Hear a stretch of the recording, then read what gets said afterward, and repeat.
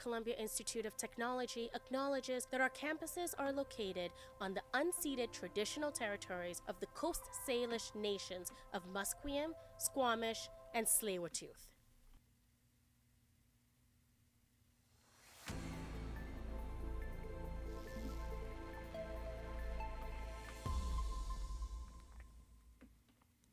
Good morning, everyone. My name is Braden Coombs, and here are your Monday morning sports headlines.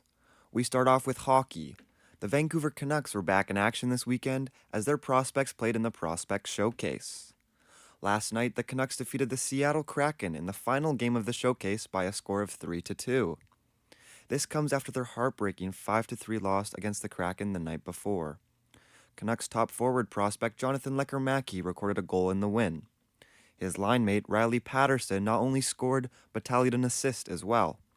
The Canucks will be back in action this Sunday when they play in their first preseason game. Canucks' recent first-round draft pick, Braden Coots, did not play in the Sunday game. This was done for precautionary reasons after the centerman sustained a minor injury in the Saturday game against the Kraken. Thankfully, the injury does not seem to be too major for Coots, and he's expected to be a participant at training camp. Now onto the field. Vancouver Whitecaps fans are hoping to be blessed with another high-scoring affair when the Caps take on Forge FC tomorrow night. This is the second leg of the Canadian Championship semi-final. With a win over the Canadian Premier League side, the Whitecaps will punch their ticket to the final. This comes after their convincing 7-0 win over first-place Philadelphia Union that saw Thomas Mueller net a hat-trick. The Caps' 7-0 win was their largest victory in franchise history. In baseball, the Toronto Blue Jays blew out the Baltimore Orioles yesterday, winning by a score of 11-2. With the win, the Blue Jays complete the sweep and win all 3 games in the short series against the O's. Designated hitter George Springer went yard, going 3 for 5 with 2 RBIs. Starting pitcher Shane Bieber had a great game as well, going 6 innings with only 1 earned run against and 6 strikeouts.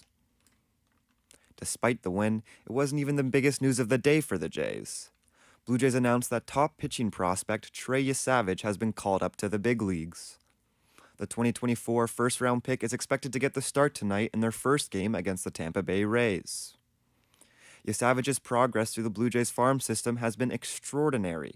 He started off the 2025 season with the Vancouver Canadians, who are in High A. And now, not even 6 months later, the pitcher is slotted to make his first start for the Major League team. Here's what he had to say about his dream finally coming true. Yeah, so yesterday afternoon, got pulled into the manager's office and gave me the option of shutting down or coming up here. And I thought it'd be a better decision to come up here and pitch for the Blue Jays. I was very emotional at first. And then after that, I was almost like numb. Like I didn't know how to feel. So, I mean, it was a whirlwind of emotions. It's insane. I've always dreamed about this, and it's finally come true. So it's awesome.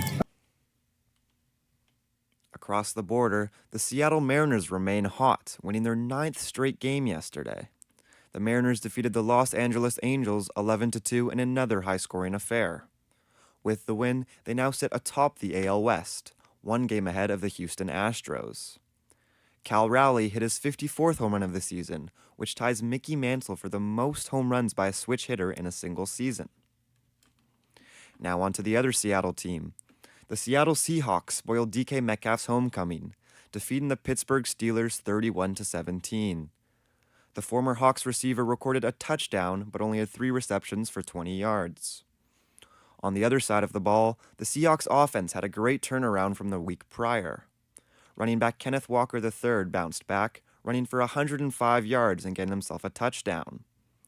Sam Darnold, despite throwing 2 interceptions, found his rhythm as the game went on, throwing for nearly 300 passing yards. With the win, Seattle now have 1 win and 1 loss for the first 2 weeks. They'll be headed back home this Sunday when they take on the 0-2 New Orleans Saints. The Sunday night game between the Minnesota Vikings and the Atlanta Falcons only saw 1 touchdown the entire game.